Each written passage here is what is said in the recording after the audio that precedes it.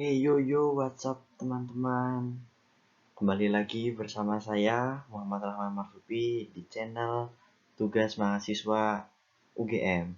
Kali ini pada video ini saya akan memberikan saya mau memberikan video tentang ujian tengah semester saya untuk mata kuliah statistika pertanian. Jadi di sini saya sedang ujian dan diberikan beberapa soal dan kemudian harus dibuat dalam bentuk video. Nah, jadi ini adalah video untuk saya mengerjakan soal-soal ujian saya. Nah, untuk itu perkenalkan dulu, nama saya Muhammad Rahman Marzuki. Saya sendiri dari Prodi Manajemen Sumber Daya Akuatik, Departemen Perikanan, Fakultas Pertanian. Selamat menonton. Untuk soal pertamanya, saya diminta untuk membuat sebuah rancangan penelitian pada bidang pertanian. Pada penelitian ini, saya mengambil judul, yaitu mengaplikasikan jenis tanah serta jenis pupuk berbeda pada tanaman tomat dengan kombinasi yang baik. Jadi pada pengaplikasiannya ini, saya menggunakan beberapa jenis tanah dan beberapa jenis pupuk yang berbeda untuk menumbuhkan spesies tanaman tomat dengan kombinasi baik sehingga tanaman tomat tersebut dapat tumbuh dengan baik. Pada Tujuannya ini adalah untuk mengetahui pengaruh antar jenis tanah dan jenis pupuk terhadap hasil pertumbuhan tanaman tomat.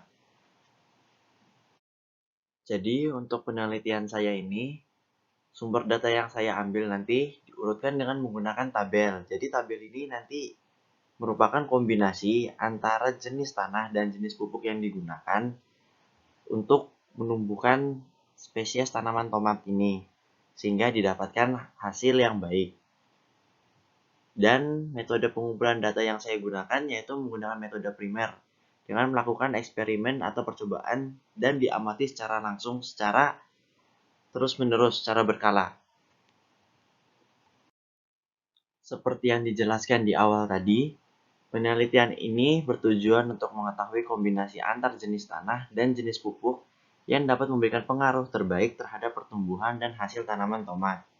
Penelitian ini saya lakukan sendiri di rumah saya di Jalan Bali nomor C4 Kropos Condong Satur, Sleman, Yogyakarta dengan menggunakan percobaan faktorial 3x3 pot yang disusun dengan rancangan acak dengan kombinasi yang sesuai untuk mendapatkan hasil yang terbaik.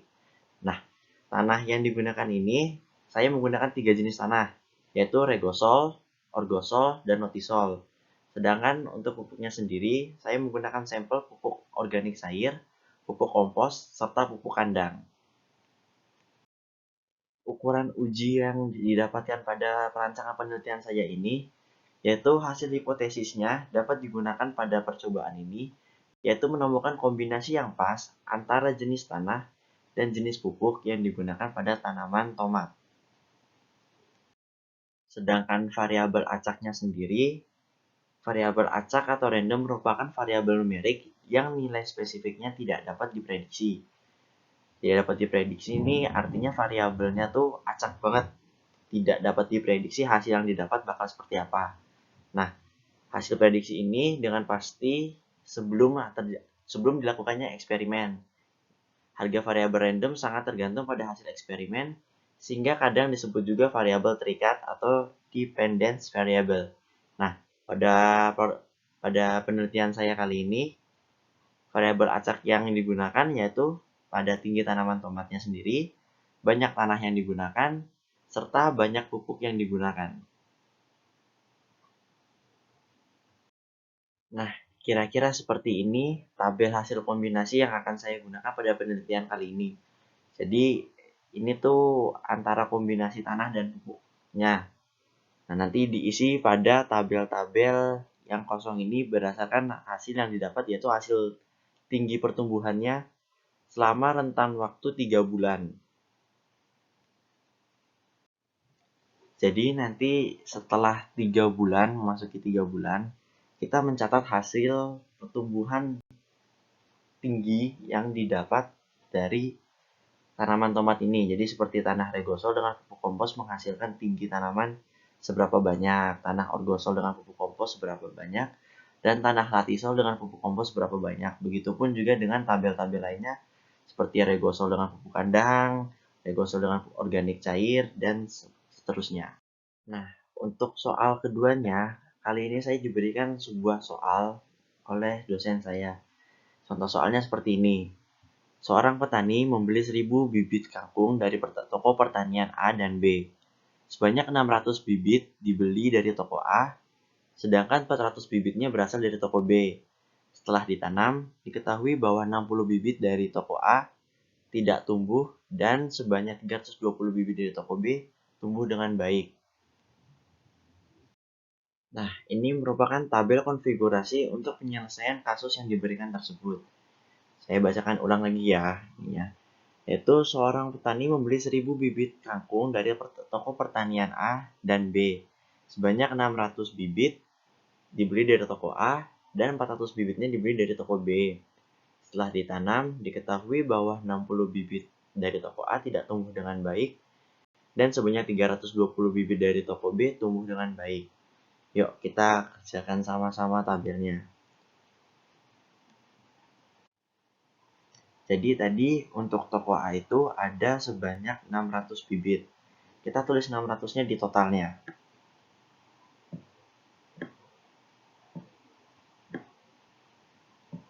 600. Nah, terus kemudian dijelaskan bahwa pada toko A diketahui bahwa 60 bibitnya tidak tumbuh dengan baik.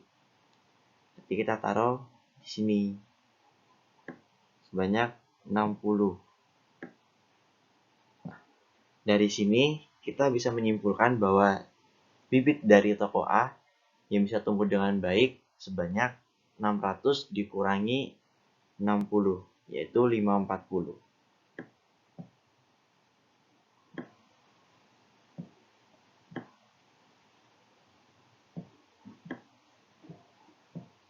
Nah, seperti ini. Kita lanjutkan untuk toko B. Toko B ada totalnya sebanyak 400 bibit.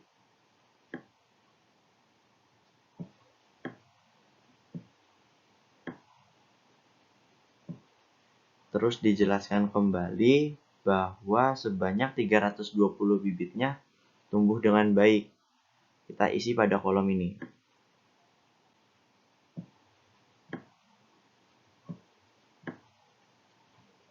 Berarti dapat disimpulkan bahwa bibit dari toko B yang tidak tumbuh dengan baik yaitu sebanyak pengurangan dari 400 dikurangi 320, yaitu 80 bibit yang tidak tumbuh dengan baik.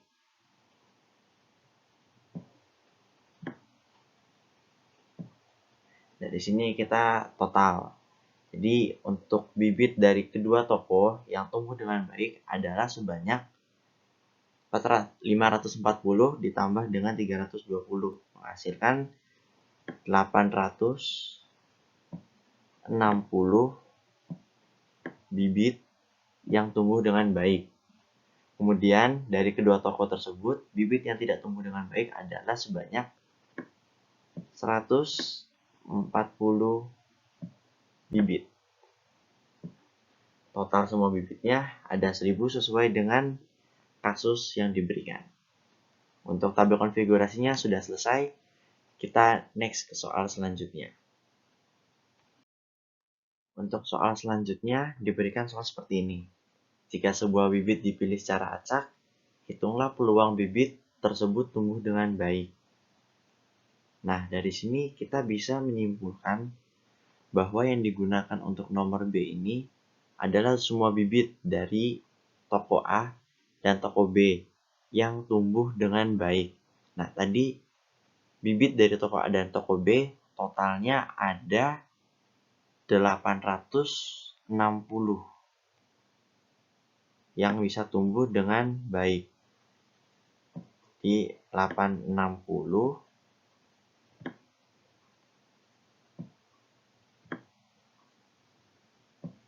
terus untuk total semuanya dari total toko A dan toko B ada sebanyak 1000 bibit.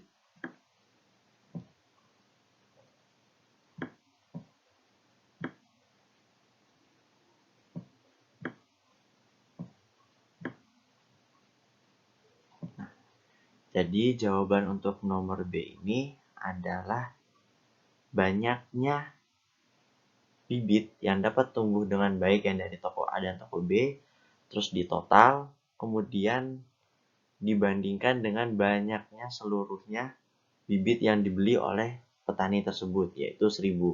Jadi untuk jawabannya adalah 860 per 1000. Kita lanjut. Kita lanjut untuk nomor C-nya. Pertanyaannya adalah, jika sebuah bibit dari toko B diambil secara acak, berapakah peluang bibit tersebut untuk tidak tumbuh? Jadi tadi pada tabel tersebut kita mengisi dari toko B, peluang bibit tidak tumbuhnya adalah sebanyak 80 buah, 80 biji bibit. Kita tulis di sini 80. Sedangkan untuk keseluruhannya, kita bandingkan dengan jumlah bibit yang dibeli dari toko B. Nah, jadi jumlah bibit yang dibeli di toko B ada sebanyak 400 buah. Kita bandingkan dengan jumlah tersebut.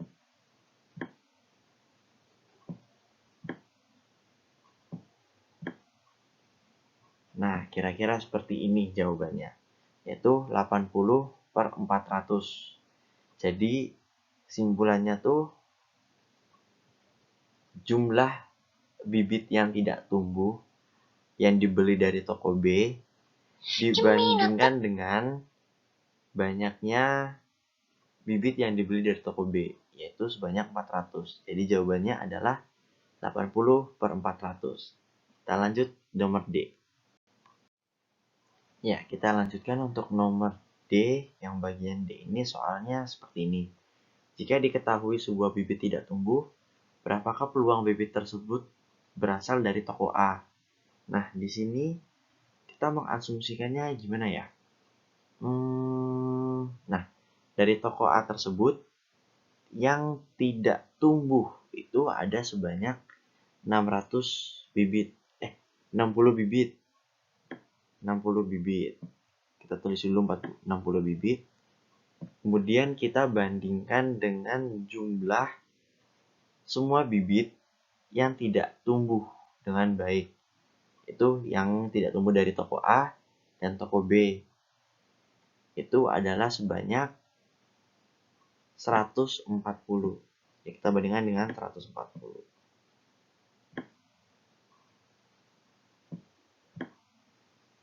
Nah, kira-kira seperti ini. Jadi, kesimpulannya mudah saja, yaitu jika diketahui sebuah bibit tidak tumbuh, berapakah peluang bibit tersebut berasal dari toko A.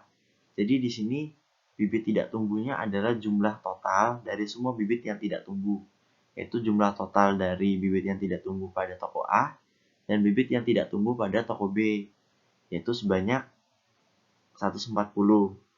Nah, karena pertanyaannya berapakah peluang tersebut, bibit tersebut yang berasal dari toko A?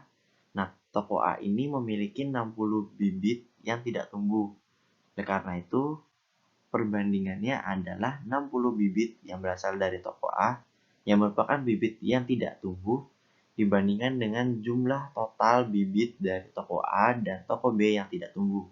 Jadi jawabannya adalah 60 per 140. Mudah bukan? Nah, untuk soal selanjutnya ini, saya akan menjelaskan sedikit tentang distribusi Poisson. Distribusi Poisson sendiri adalah distribusi nilai-nilai bagi suatu variabel random X atau X discrete, yaitu banyaknya hasil percobaan yang terjadi dalam suatu interval waktu tertentu atau pada daerah tertentu. Distribusi Poisson ini juga termasuk dalam distribusi teoritis yang menggunakan variabel random discrete yang tujuannya untuk menghitung beberapa hal variabel. Sedangkan variabel random discrete sendiri yaitu variabel random yang memiliki nilai yang dapat dihitung. Setiap kemungkinan nilai dari fungsi variabel random discrete selalu memiliki nilai yang tidak sama dengan 0. Kira-kira seperti itu. Nah, selanjutnya kita bahas yang 3B. Yang 3B ini yaitu variabel random yang berhubungan dengan distribusi Poisson pada penelitian yang saya kaji. Jadi beberapa minggu lalu saya mengkaji tentang suatu penelitian yaitu simulasi premi asuransi tanaman dengan proses Poisson dan distribusi eksponensial pada daerah Desa Sukaratu, Jawa Timur. Nah, di sini yang saya dapat variabel yang berhubungan dengan distribusi Poisson sendiri antara lain yaitu tahun gagal panennya dan rentang waktu pengamatannya. Kemudian, alasan penggunaan distribusi Poisson pada penelitian yang dikaji. Jadi, alasan digunakannya distribusi Poisson yang saya temukan pada penelitian ini yaitu karena distribusi Poisson sendiri digunakan untuk pendekatan mengukur probabilitas kegagalan serta dapat digunakan untuk menghitung lambda dengan estimasi kemungkinan maksimum. Jadi di penelitian tersebut itu menghitung nilai premi yang didapat oleh para petani jika mengalami kegagalan panen. Nah, di situ mereka menggunakan distribusi Poisson sebagai alat untuk mengukur probabilitas kegagalannya. Jadi seperti itu. Nah, cukup sekian penjelasan ujian tengah semester untuk mata kuliah Statistika Pertanian dari saya Muhammad Rahman Marsupi. Saya ucapkan sekian dan terima kasih. Jangan lupa, saya tidak butuh like, saya tidak butuh subscribe. Yang penting kalau teman-teman menemukan video saya di speed assessment teman-teman, mohon diberi nilai bagus ya. Terima kasih teman-teman. Dadah.